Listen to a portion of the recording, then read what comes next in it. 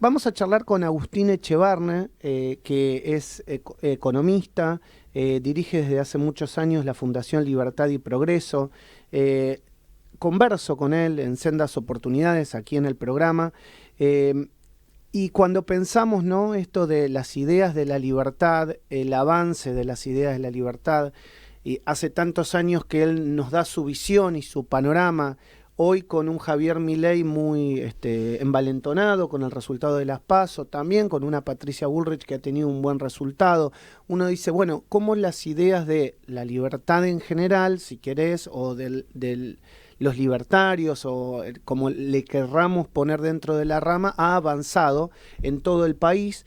Y me parece que es un momento oportuno para charlar con él del análisis que se hace en base a este crecimiento en la sociedad argentina. Hola Agustín, buen día. Maximiliano Lecky y todo el equipo del Arranque te saludan. ¿Cómo te va? Buen día, ¿cómo están? Un placer estar con ustedes. Siempre lo mismo, Agustín. Bueno, ¿cómo ha crecido las ideas de la libertad en el mapa electoral argentino, no? Sí, totalmente. Vos sabés que venía recién en el auto de dar clases y venía escuchando en la radio a Enrique Seward, Sí. que está ahora con Patricia Bullrich en Sí. el equipo de Meconian, ¿verdad? Sí. Y la verdad que es un bálsamo, porque son las ideas de la sensatez. Te diría, si salís un poco de la ideologización de todas las cosas y te pasás en la sensatez, en todos lados se están hablando de que hay que volver a tener equilibrio fiscal, que el ancla va a ser esa. Dice, el ancla es que vamos a ir a un equilibrio fiscal, es decir, superar el primario suficiente para pagar los intereses y déficit cero. Si tenés déficit cero no tenés deuda, o sea, puedes pagar los intereses. Entonces, si pagás los intereses de la deuda, entonces los bonos valen mucho más de los que valen hoy. En vez de 40 centavos, van a valer 100 centavos por dólar, ¿no? Entonces, todo se recupera. Entonces, fíjate que de un lado y del otro, tanto de Patricia Bullrich como de Javier Milei, más allá de que las peleas, que son estridentes, los dardos envenenados que se tiran y qué sé yo, en el fondo, cuando vos mirás lo que dicen sus economistas, están diciendo cosas muy parecidas. Toda la discusión sobre la dolarización es totalmente secundaria, no es lo esencial. Lo esencial es cambiar las reglas de juego, eliminar el déficit fiscal, todas las cosas que se están hablando ahora. Como fue por un tema tal vez hasta de marketing, de decir, para que la gente comprenda las cosas y demás, salió todo ese tema de la dolarización y se puso muy en la campaña.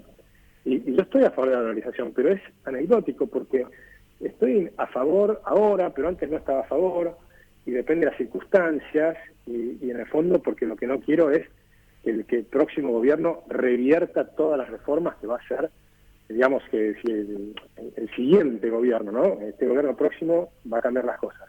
Que el siguiente no vuelva todo para atrás. Uh-huh. Porque hacer las reformas es costoso. O sea, arreglar la economía no es que arreglas la economía y todo anda bien inmediatamente. Arreglar la economía implica transparentar la situación. Uh-huh. Y transparentar la situación, ¿qué significa? Tenés precios retrasados. Entonces tengo que liberar los precios. Si libero los precios, suben los precios, sube la inflación. Necesitas una corrección de la economía, pero en el corto plazo te subió la inflación y aumentó la pobreza. Lo mismo con las tarifas retrasadas, los precios controlados, el cepo cambiario. Si liberas todas esas cosas, el shock inicial es negativo. Ahora, Agustín, pero las necesitas hacer. Para que estas ideas de la libertad y todas estas ideas de sensatez, como vos describís, lleguen a aprender en la sociedad argentina, es porque claramente para llegar a esta parte no nos ha ido bien. Hay una crisis económica, social y hasta te diría política en el gobierno que hace que, digamos, las ideas, si querés, que antes no se veían como posibles, hoy sean posibles. Ahora, también hay que entender que para que las ideas de estas de libertad y de sensatez perduren en el tiempo, en un tiempo determinado, la gente tiene que empezar a vivir mejor, porque si la gente no empieza a vivir mejor en 1, 2 o 3 años, es muy posible que las reformas por sí caigan, porque la gente también vaya a buscar en 3 años otra cosa. ¿Se entiende? Totalmente, y esa es la preocupación de todos, porque el problema que te decía es eso, es como que nosotros estamos ahora, ¿se acuerdan del Rodrigazo? ¿El Rodrigazo qué fue? Pues Celestino Rodrigo, que era el ministro de Isabelita Perón, y que dijo, bueno, tengo que poner en orden esta situación, cepos cambiarios, todos los problemas que tengo son los mismos que tenía el gobierno de Perón. ¿Qué voy a hacer? Tengo que liberar todo esto y que la economía empiece a funcionar. El pobre Celestino Rodrigo fue el que liberó todo y quedó su nombre en la historia como el Rodrigazo. ¿Qué pasó? Si vos eliminás los controles de precios, eliminás el cepo cambiario y recuperás el nivel de las tarifas para que las empresas puedan invertir, y todo eso lo haces junto, tenés un salto de precios. Entonces te aumentó la inflación. Lo que no pudo hacer del otro lado, que es la parte que hablaba hoy Sewach en la radio, es el ancla fiscal.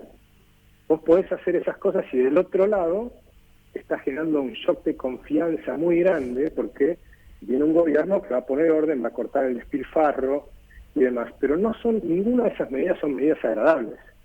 Porque las medidas agradables son las que han tomado hasta ahora los gobiernos. ¿Agradable qué? Regalo planes sociales. Es súper agradable. ¿Agradable qué es? Te bajo la tarifa, pagás, en vez de pagar lo que tenés que pagar por la electricidad, pagás la mitad. Bueno, es lindísimo, te voto. Y además te permito que, digamos, que te doy subsidios. Maravilloso, bienvenido sea. O sea, son todas medidas agradables de corto plazo. Después te destruyen la economía. Pero en el corto plazo gané votos. Ahora tienes que hacer lo contrario, pero lo contrario implica que en el corto plazo es doloroso. Entonces lo que vos decís es cierto, vos tenés que mostrar que hago esto, pero tenés que apostar al futuro. Ahora tenemos que saber todos que no es inmediato, va a tardar, como bien decías, 2 o 3 años. No va a ser de inmediato. Después, si haces las cosas bien, vas a tener 3 décadas de crecimiento, y entonces vas a llegar a tener un PBI per cápita, un ingreso per cápita, salarios equivalentes a los de los países desarrollados. Tardás 3 años, tardás 30 años en llegar a ese nivel. Pero el camino, después de los primeros 2 años que son muy difíciles, el camino después es buenísimo, porque cada vez hay más negocios, más interesante hacer las cosas y cada vez te van a ir pagando un poco más mejores los salarios. Y más inversiones. Que es lo que hoy no tenemos.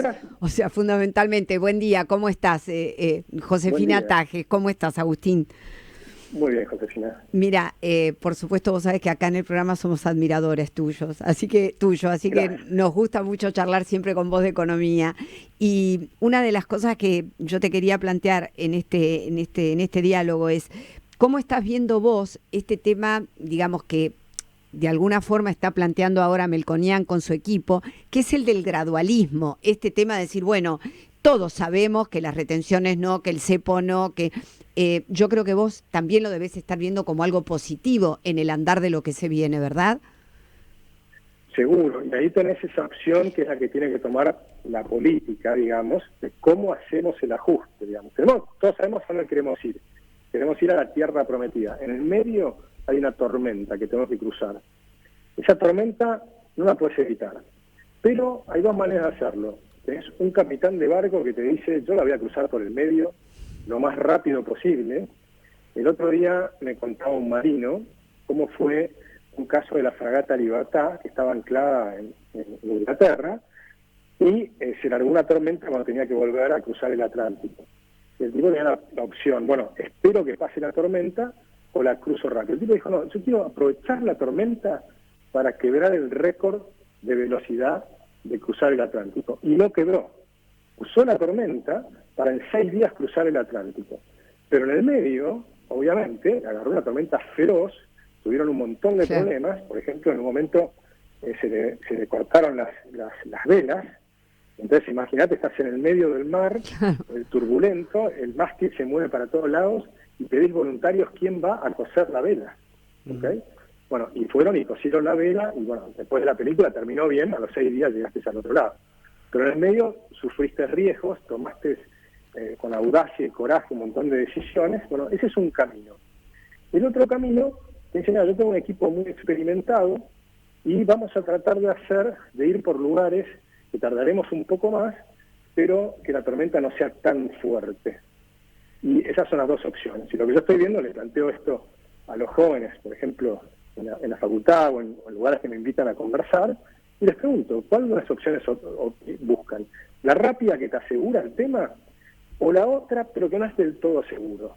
¿Sí? Pues voy a ir buscando elementos, pero sabemos que a veces esas cosas terminan como que pueden funcionar bien o pueden no funcionar tan bien. En general, la mayoría de los jóvenes te dicen, vamos rápido y terminemos con el tema. Los gente más grande, que por ahí tiene más que perder, porque un joven en Argentina hoy tiene muy poco que perder porque los salarios son ridículamente bajos. Claro. Entonces, quiero cruzar lo más rápido posible y empezar a tener salarios razonables como el resto del mundo. Un ingeniero en Argentina vale 10 veces menos que un ingeniero en Irlanda. Mi sobrino mío se fue a Irlanda. ¿Cómo hago para que vuelva? Gana 10 veces más. Entonces, dice, no tienen, el costo es, si no voy a Argentina, no me banco más esta situación. Entonces, quieren ir rápido. Entonces lo votan a mi ley. Otro puede decir, no, mirá, yo tengo empresas, qué sé yo, mirá, yo sí tengo para perder. Entonces, mejor que la tormenta no sea tan grande. ¿Entendés? Esa es la opción que estamos enfrentando.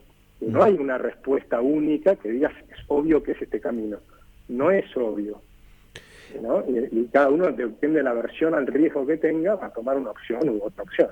Agustín, desde la Fundación Libertad y Progreso que dirigís hace tantos años, ¿has sido consultado por alguno de los candidatos? ¿Estás conversando con alguno para integrar alguno de los equipos? Si me lo querés contar y si se puede. Sí, mira, nosotros estamos trabajando con los dos equipos. Y de hecho les hemos hecho las propuestas allá hace 2 años, se las llevamos a Melconian, cuando Melconian decidió empezar a armarse a su equipo. Vinieron a vernos Enrique Sewach y Santangelo y Jorge Vasconcellos a nuestra oficina y se llevaron todas nuestras propuestas. Ellos todavía no las tenían desarrolladas y a partir de ahí las reformularon, las miraron, tienen un equipo mucho más grande, pero tomaron, estoy seguro, muchas de las cosas que venimos haciendo. Y lo mismo pasó con el equipo de La Espina, ¿no? Y con Patricia Bullrich, y lo mismo, por supuesto, yo estoy más cercano a las ideas de Javier Milei, y también le estamos llevando cosas, y ideas y propuestas. Pero nosotros trabajamos desde afuera y no vamos a integrar el gobierno. Nuestra función es un poco la idea de promover las ideas, el debate, y llevar las propuestas. Y sea quien sea el gobierno, nosotros vamos a seguir llevando propuestas que creemos que mejoran la Argentina. Pero no tenemos una ambición de ningún cargo político. Porque de nuevo, son funciones diferentes, me parece. Entonces, justamente esta semana pasada nos juntamos en el Consejo Empresario, que digamos son los que nos ayudan en la Fundación, y planteamos ese tema. ¿Qué hacemos? Si nos invitan a entrar al gobierno, ¿entramos o no? Y la verdad es que la Fundación nuestra es pequeña, y si se van los directores, no quedan, es muy difícil que continúe. Y creemos que es indispensable para Argentina tener think tanks, fundaciones, que preparen estas cosas, porque si no se hace todo muy improvisado. Les ayudaremos el día de mañana, a medida que vamos creciendo, a tener mejores ideas. Y lo mismo tiene que pasar del otro lado, ¿no? O sea, que haya un diálogo a nivel de fundaciones, de izquierda, de centro, de derecha, lo llamarlo como quieras, pero cada una con nivel sólido de intelectual y de conocimientos. Después habrá un diálogo político, que siempre es más estridente, más simplificado, se usan frases hechas, y dicen, por ejemplo, vouchers sí, vouchers no, pero no se estudian los temas. Bueno, hablando de estas ideas, las cuales ustedes vienen desarrollando hace tanto tiempo, ayer se dio una polémica, si querés, por lo que pasó frente a la legislatura de la ciudad con Victoria Villarruel y lo que había o lo que ella viene planteando hace tiempo. Yo que la he entrevistado hace tiempo, digamos, a mí no me sorprende, o sea, a Maxi Lecky no le sorprende. ¿Por qué? Porque la he entrevistado, porque es conteste con lo que dice hace muchos años. Puede que le sorprenda a parte de la sociedad o a alguna parte del periodismo, porque a lo mejor nunca la escucharon o nunca la tomaron como entrevistada o como una voz dentro de las ideas de libre pensamiento. ¿Qué pensás en base a lo que pasó ayer, al contexto de lo que pasó y lo que pasó en la calle también?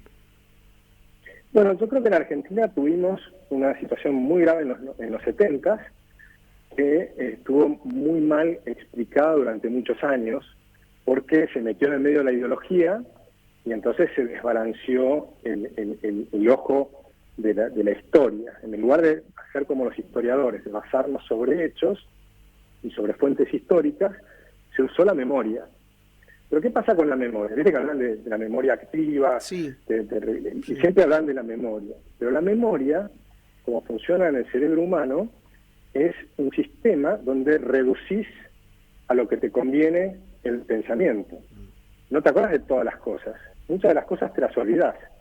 Cada vez que vos recordás algo, lo volvés a grabar, pero de un modo diferente. Pero no te acuerdas exactamente cómo fueron las cosas.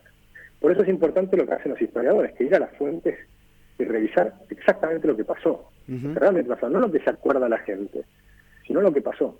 Entonces, cuando vos revisás lo que pasó, encontrás que el 24 de marzo del 76 no empezó el problema. Ahí empezó el golpe de Estado, pero no el problema. El problema ya venía. Entonces, es interesante ver cómo llegaste al 24 de marzo del 76. Y llegaste con un país que estaba en guerra, que se estaban peleando unos con otros, se mataban, una guerra civil, que me estaba muriendo mucha gente. Entonces, morían gente de dónde? Bueno, Perón había sido expulsado por los militares. Los militares lo pusieron a Perón y los militares lo sacaron a Perón. ¿Sí? Y cuando lo sacan a Perón, lo mandan al exilio 18 años. Para volver Perón, vuelve, y ahora no con los militares, sino con los que estaban matando a los militares, con los terroristas. Entonces él empieza a armar, a trabajar la política con las dos manos, con la derecha y la izquierda, decía el general. Entonces, decía, son todos peronistas, a mí no me importa, son de derecha y de izquierda, lo que me importa es que sean peronistas. Entonces tenías a los montoneros de un lado y a los sindicatos que eran de derecha, y armados verticalmente de arriba hacia abajo, al estilo corporativo como Mussolini, y no de derecha, y los otros teóricamente de izquierda. Todos peronistas, pero cuando llega Perón a Ezeiza se matan entre todos. Y mueren 400 personas, ¿no?, en un solo día. Entonces empezaban a matar. Y después, cuando gana Perón las elecciones, con el 62% de los votos, en el gobierno constitucional peronista, con 62% de los votos, los que estaban, lo llevaron al poder, lo acompañaron, lo trajeron de vuelta y demás, que eran los montoneros, dijeron, pero no me diste ningún ministerio.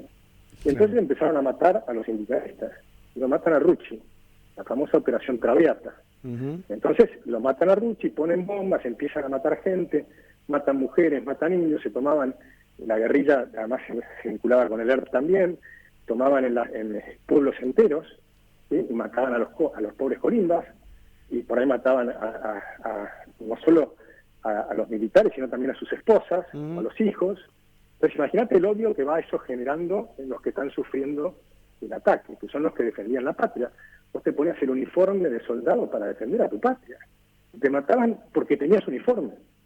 ¿Sí? ¿Te das cuenta de lo que significaba? Sí, sí. Y ponían bombas en los colegios. Y ahí pasó, porque justamente pasó de lo que era la guerra de guerrillas, que eran las selvas y demás, de atacar al ejército, a lo que era el terrorismo. ¿El terrorismo qué era? Ya no era la guerra de guerrillas de atacar a los militares, era generar terror, de ahí viene la palabra terrorismo. Es meter bombas discrecionalmente, que poner bombas en los colegios, en la calle, al lado de mi casa explotó una, ¿no? Es decir, era generar terror, secuestrar a los empresarios, todo eso hacían. Y después llegó el golpe de Estado, y todo lo que sí conoces, es toda la represión, incluso desmedida, ilegal. Pero está bien esto que vos estás diciendo, explicarlo, porque digamos, de alguna manera la gente, como dice, se queda con el golpe del 76. Y obviamente previamente hubo una parte de la historia que algunos dicen se quiso silenciar y otros dicen, bueno, fue mal explicada o bueno, todo lo que sabemos. Pero me parece interesante esto que decís vos, que también viene diciendo hace tiempo Victoria, y a lo mejor de alguna manera, digamos, se puede encontrar un punto de reconciliación, si querés, que esto no tiene nada que ver con los militares, ¿no? Del 76 a la posterioridad. Pero tiene que ver con todo, porque la reconciliación es reconocer todo. Entonces, cuando vos reconcilias la historia completa, por ejemplo... Claro, la historia, pero vos hablás de reconciliar la historia, no con los militares, si querés, genocidas o asesinos, no. Con los militares sí, con los militares genocidas no, son dos cosas distintas. Exacto. Entonces, por eso hay que empezar a distinguir la paja del trigo. Exacto. ¿No? Entonces decís, los militares obviamente, la gran mayoría lo que querían era... O sea, un militar es un tipo que se pone el uniforme para defender la patria. Claro. Y si hablas con los militares, te emocionás, porque realmente son tipos capaces de jugarse la vida por la patria. Entonces, ¿cómo puedes estar en contra de los militares? No puedes estar en contra de los militares. Tienes que admirarlos, son tipos que, o sea, la historia de Belgrano, San Martín, todo, o sea, es decir, son gente que están dispuestos a sacrificarse, se levantan temprano, ¿viste? Es decir, están permanentemente en una actividad de guardar al pueblo, de guardar el territorio y demás. Ahora, son atacados. Después de ser atacados, y son atacados de una manera espantosa, secuestraban, por ejemplo, al coronel Larrabure, y después lo mataron, pero primero lo metieron en un pozo durante 6-7 meses. Y entonces lo meten dentro de un pozo durante 6-7 meses y después lo matan. Imagínate, vos sos amigo del coronel Carla Rabure, yo soy militar y qué sé yo, la bronca que tenés. Digo para entender cómo se van dando los procesos. Bien. Y después la represión, ¿dónde empezó? La represión empezó el propio Perón, con la AAA. O sea, el terrorismo de Estado empieza con Perón, no empieza con los militares, empieza con Perón. Y sin los militares. Primero empieza con Perón y la AAA. Es decir, que hace una organización que era la Alianza Anticomunista Argentina, que se dedicaba a matar y secuestrar a los terroristas. ¿Sí? Esa es la historia. Después viene el golpe de Estado. Y después viene entonces, incluso antes del golpe de Estado, viene una famosa reunión con Luder, peronista, todavía estaba hablando del gobierno porque estaba Isabel, pero estaba gobernando la Luder, y decía, y ahí terminan de definir de qué manera introducen al ejército a combatir al terrorismo, porque estaba superada la policía, y entonces introducen al ejército. Eso fue todavía en el mandato de peronista. Y fue el famoso decreto que hablan de aniquilar a la subversión. O sea, ingresan los militares a aniquilar a la subversión. Bien. ¿Sí? Es compleja la historia, pero hay que entender todas las partes. Exacto. Y después vienen todos los excesos, que son verdad, y las aberraciones. Bueno. Y por supuesto, nadie puede defender las aberraciones de matar chicas y los hijos secuestrarlos y meterlos en otras familias sin dárselos a sus verdaderas familias. Eso es un horror que pasó, desde ya que es un horror. Nadie puede defender eso. Bien. Agustín, gracias por estos minutos. Siempre es un placer charlar contigo. Que tengas una buena semana. Gracias a ustedes. Un gran abrazo. Agustín Echevarne, director de la Fundación Libertad y Progreso en la mañana del arranque. Vamos rapidito a charlar.